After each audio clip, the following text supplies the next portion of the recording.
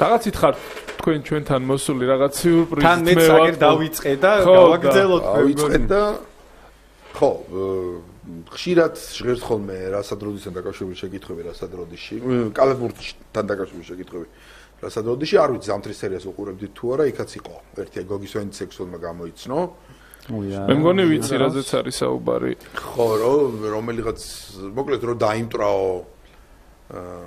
რა ერქვა კაცო ტიმაკი რომ დაიმტრა მოკლედ გაცხადდა თებერვალში დაიმტრა და გაცხადდა რომ იმ სეზონში თავის გუნდს ვეღარ დაეხმარება იმ ქალაქის გაზეთები გამოვიდნენ რაღაც Houston we have a problem არწერით რა რომელიც ცნობილი გამონათქვამია და Houston we have a problem Houston we have a problem და იაოს მხრებზე გადაიარა ყველაფერმა მერე ხო ამიტომ მე სპეციალურად მომამზადე შეკითხვები რომლებიც ტელეეთერში არ ყოფილა ამიტომ აქ მოგცემ ფულს და ერთმანეთში რომ იმჟელოთ ხო ერთად იმჟელოთ ვერ დავპირდები მაყურებელს რომ გამოვიცნო სოდრაზე კითხვები სადაც იქ რომელ ამ წელს ის მოთამაშეები და რაღაც ესეთი კითხვები არ იქნება ოპა მაყურებელი ხა აქტიურად იყავით თქვენც უნდა გამოიცნოთ თქვენი მაყურებლებო თქვენც შეგიძლიათ თქვენი ვერსიები მე დაწეროთ კარგი ბატონო კომენტებში დავიწყოთ ცოტა მარტივით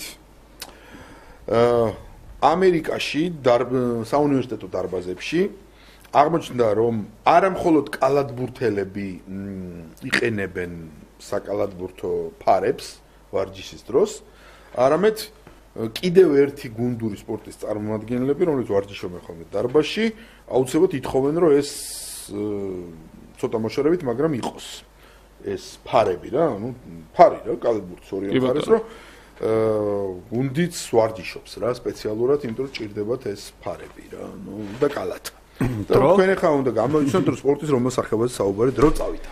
პატა, ანუ მე როგორც მახსოვს ყოველ შემთხვევაში ხელს ფქვილში ფრენბურთელები და ურტყავენ აქ ხელს და ზომავენ რამ სიმაღლეზე ხდებიან. მე როგორც მახსოვს ყოველ შემთხვევაში. ანუ ფრენბურთი? მე მგონი რომ ფრენბურთი. ისე კარგად დაიწყე რომ შენგან თუ ზუსტად მახსოვს ხო ხელს ისვრიან ცარტში თუ ფქვილში არ მახსოვს და პასუხი ვინ უპასუხებს ბატონო? მე მოიცი და პასუხი ხედავ ხო? კარგი იყოს ფრენბურთი. იყოს ფრენბურთი, იმიტომ რომ ეს სწორი პასუხია. მაგრამ мотиваცია აბსოლუტურად სხვა რამე თქვა. სინამდვილეში ხელი არაფერს უაშია. პასის მიცემის დროს გაზომვა საკეთებენ რომ ფრენბურთის გუნდს ჩააგდებს თუ არა მოპასე იმაში. ანუ გაგვივარ და ეხა ხო, ის აღარ მახსოვდა, მაგას თუ აკეთებდნენ, ან მე მაქვს ნანახი რომ ზომავენ სიმაღლეს. მე მგონი თორნიკე ახალი ტიპის ლოგიკა დადო საერთოდ და კაი ისა. მან ხო სხვა რაღაცა, ანუ იქ ერთი ხო გამთამაშებელია და თავარი ის გამთამაშებელი თუ 10-დან ადრე ჩააგდებს კალათში ქვემოდან პასით. არის ტალანტი საუკუნის ხო? იმასთან ბადესთან სწორედ აწევს ფურცს. ეს არ ვიცოდი, წარმოდგენა არ მქონდა ეგ. 1-0 თამაშობ Six-Man-ის სასარგებლო. თამაშობ 6-მდე. Six-Man-ის ორეული. 2007 წლის მარტში. 2007 წლის მარტი.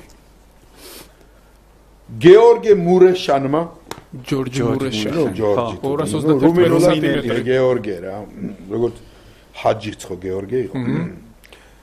ჯორჯ მურეშანმა პირველად მიიღო მონაწილეობა ისეთ საკალათბურთო თამაშში, როდესაც მოედანზე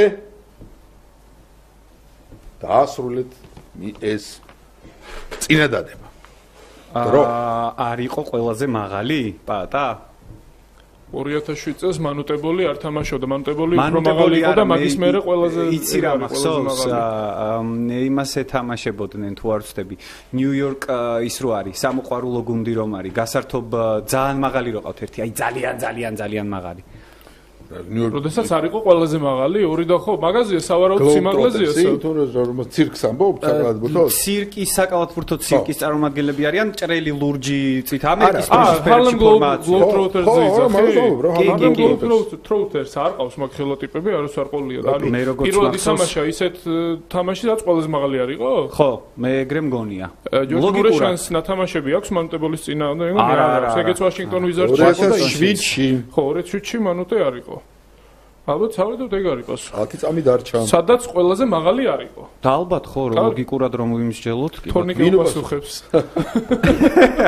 ამჯერად ვუპასუხებ მე ბატონო წამყვანო და ვთვლი რომ შეკითხვა რომ გამიმეოროთ თუ შეიძლება. 2007 წლის მარტში ჯორჯ მურეშანმა პირველად ითამაშა საკალათბურთო მატჩი ისეთში, როდესაც მოედანზე ყველაზე მაღალი არ იყო. ეს სწორი პასუხია. მადლობა. 2-0 X-Men-ის. 2-21 ხო იყო მურეშანი?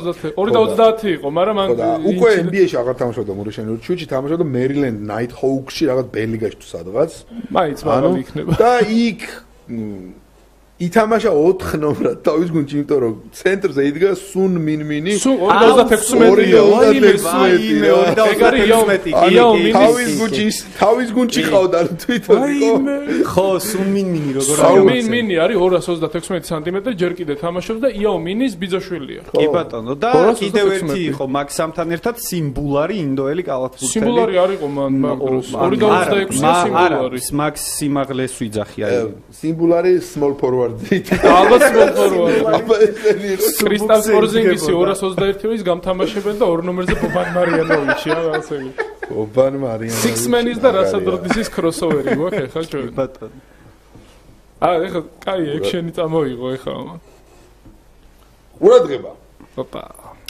1972 წლის ოლიმპიადას თუ როცა აი ეს ფინალი რა ამერიკას საბჭოთა კავშირში 72 იყო ხო? კი 72 ზუსტად თარიღებში ძალიან ცუდად თორმები რა. მიუნხენის ოლიმპიადა მე რო დავიბადე მოკლედ ის წელი. ჩავიჭერით პატანს. ფინალში. სწორედ ამ ადამიანმა, რომელიც მაშინ წარმოადგენდა შვეიცარიის ფირმა საათების ფირმას, აღმოაჩინა რომ 3 წამი კიდე დარჩენილია თამაშის დამთავრებამდე. იქ ხო ის მომენტია რომ 3 წამი და მე აბრუნებენ დროს და ნუ ამბობენ 3 წამი კიდე დარჩა. აი ეს ადამიანი იჯდა საათზე, შვეიცარიელი, რომელმაც აღმოაჩინა, შვეიცარიული კომპანია წარმოადგენდა, აღმოაჩინა სწორედ ეს და მან შეიტანა ეს წინადადება რომ კიდე 3 წამი დავამატოთ და მე უკვე FIBA-ს პრეზიდენტმა თუ გადაეროვნო დივანმა დიდი ხნის მსჯელობის მერე კი დაამატეთ კიდე 3 წამი მიეცითო და ერთი წუთის შემდეგ მითხარით ეს ამ ადამიანის ვინაობა დრო. შვეიცარიული საათების კომპანია ჯერ რომელი? სოჩსადაურია. ნუტისო, ჰუბლო, სოჩსადაურია. ლონჟინი, ვინც გინდათ ყველა ლონჟინესი, როლექსი, კონსტანტანი, რა ქვია, ყველა შვეიცარიულია რა ეგენი. მე ვიცი რომ საბჭოთა კავშირის ვინც ყავდა თავრობიდან წამოყვანილი, იმან აღმოაჩინა ეგ და იმან მიუთითა და ეგრე მთელი გუნდი ყიდოდა. ეგ არის ნაჩვენები ფილმში. ფილმიდან ვიცი. მაღლა მოძრაობა 2 წელი. ჩვენ ძალიან პატარები ვართ, ბატონო წამყვანო. ციკლია არ იქნება. ციკლია არის. შვეიცარიელი უნდა. კარგი, მოდი ლოგიკურად ვიმსჯელოთ, ხომ? ტოპი არის ეს. ბარემ ვიტყვი როლექსი. ტოპი არის როლექსი, ტოპი არის ლონჟინესი, ტოპი არის ტისო არ არის იდეაში მე მგონი შვეიცარიული ფრანგული. იქნებ საათებს გაეშვათ და ადამიანებზე იფიქროთ. აბოსეფოლოშას ბაბუა რომ არ იქნებოდა, ეხა ეგეც ფაქტია. იმიტომ რომ მამამისია. ვინ იყო ის ადამიანი, მოკლედ, ვინც ეს აღმოაჩინა და შემდეგ ამან დააარსა ხო საათების ფირმა. არა, ეგით რა მითქვია. იმ საათების ფირმაში მაშინ მუშაობდა რა უბრალოდ რა. ეგ საათების ფირმა ყველა არის დაარსებული ხალხო მე-19 საუკუნეში და იქიდან მოდის. იოზეფ ბლატერის მამა ხო არის? ვინა? იოზეფ ბლატერის მამა. იოზეფ ბლატერის მამა რატო? იმის 10 წამი დარჩა FIFA-ს თუ UEFA-ს იყო ბლატერი. UEFA-ს მე მგონი. მე ვერსიაც არა მაგარ არ მოგა. ხო, ნუ არ ვერსია ბევრია, მაგრამ არ ვიცი, წარმოდგენა არ მაქვს ვინ არის, მართლა არ ვიცი. დრო ამოიწურა. ვინ უპასუხებს? რამე ბლატერიო რაღაც თქვი და აზია რა ვარა. მე უპასუხებ. გიცმენთ. ბატონო წამყვანო. სწორმა პასუხმა გაიჟღე რა. ვერ გიტყვით, იმიტომ რომ იგებთ 2-0. აჰა, კარგით რა ბატონო წამყვანო. იგებს დავეხმარები ვერა. კარგით. მაშინ რატომღაც მართლა მგონია რომ ბლატერი. ვინ ბლატერი? სახელი არ ვიცი, იოზეფ ბლატერის მამა, მაშინ მოდი ესე ვთქვა. თეიმურაზ ბლატერი. არა, იოზეფის მამა. მამა. ყურადღება, სწორი პასუხი. სინამდვილეში აბსოლუტურად სწორი მიმართულებით წავიდა, მაგრამ რაღაცა იცოდი. მოდი დაგიწყე შეგდეს და რატომ მამა? იოზეფ ბლატერი ამ მომენტისთვის არის დაახლოებით 70 წლის ალბათ. ვინ? ბლატერი ეხლა არის 82 წუთი. თავად ბლატერზე ხო არ არის? 82 არის. მაშინ ბლატერზე ხო არ არის ლაბარაკი. თქვენ უპასუხეთ მამა. ამიტომ მაგარში ხდება 2-1. თავად ბლატერია. თვითონ ბლატერი იყო რა თქვენ. ახლა 25 თუ 27 წლის იყო და კომპანიაში მუშაობდა საათებს და ოლიმპიადაზე წარმოადგენდა. ასაკში ავწდი იოზეფს. რა გაპატიო აზიაზე არ ვიყავი რა ბლატერი. ლონჟინებს წარმოადგენდა მიუნხენის ოლიმპიადაზე და იცდა იმ მაგიდასთან რა. ეგ იყო იოზეფ ბლატერი. რამდენი ხანი გავიდა? უი გავსულა. 72-ში ახალგაზრდა იყო, ეხლა თუ 82-ს არა, აგინ მაშინ უწევდა რა ზუსტად. კარგი იყო. არის კიდე? არის კიდე. თუ ესე იგი დროს ჩავხედოთ, უკვე გავედით ბოლოში და იმით. უпростоრად აქ ჩავხედოთ რახან საათებზე ვსაუბრობ და ერთი შეკითხვა და შემდეგ all-time 5-ელზე იქნება გათანაბრების შანსია და ჩვენ ვცადოთ მეგობრობამ გაიმარჯოს, არ მინდა, მაგრამ მაინც. დრო არ არის, თორე იქნება. მაშინ ყურადღება 90-იან წლებში ამერიკაში ძალიან პოპულარული იყო რეპ ჯგუფი Run DMC. და ამავე დროს ერთ-ერთ გუნდს 90-იან წლების ერთ-ერთ გუნდს NBA-ში თაყვანისმცემლებმა დაარქვეს Run TMC. იმ გუნდის სამი უძლიერესი ლიდერის სახელის მიხედვით. თქვენ უნდა მითხრათ TMC. თქვენ უნდა მითხრათ რა NBA-ს რა გუნდზე არის 90-იანებში TMC ეს ვინ ითხოვდა ეს თუ ესი არა C TMC ხო სახელების მიხედვით დაარქვეს მაგრეიდი არა მაგრეიდის რა უნდა სახელების მიხედვით დაარქვეს სახელების ესე იგი მაიკლი სკოტი და დენისი მაგრამ TMC თუ TMC მანუ ჯინობილი სან ანტონიოს სპერსი ერთოთი მე უპასუხებ ტიმი მანუ და ადმირალი სუვინარი სიზე ანუ 90-იანებში რატო კაცო 2000-იანებში უფროა ჩიკაგო ბულსი ხო არ არის სკოტი ეს რა ქვია C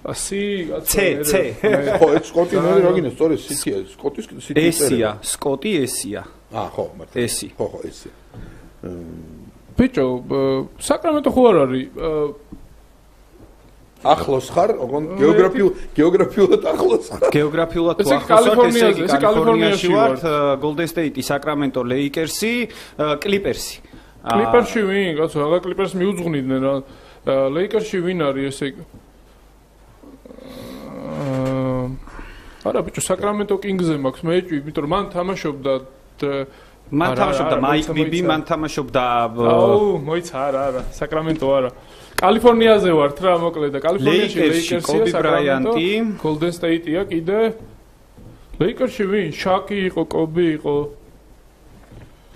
10 წამი დარჩა უნდა გოლდენ სტეიტია ერთი არის კრის მულინია უეჭველი ტიმ ჰარდევეი და კიდე ვინ არის ის სიზე ვინ არის სიზეა კრის მულინი რა კრის მულინი ტიმ ჰარდევეი და TM ხო მე მგონი ხო TZ ვინ არის M-ზე ტიმი მე ვირევი ჰარდევეი მულინი და ვინ იყო მესამე მან სიზე ვინ იყო სიზე არა M-ზე მიჩ რიჩმონდი ეგ არის თქვენ გაიმარჯვეთ დიდი მადლობა 3-1 ხო 3-1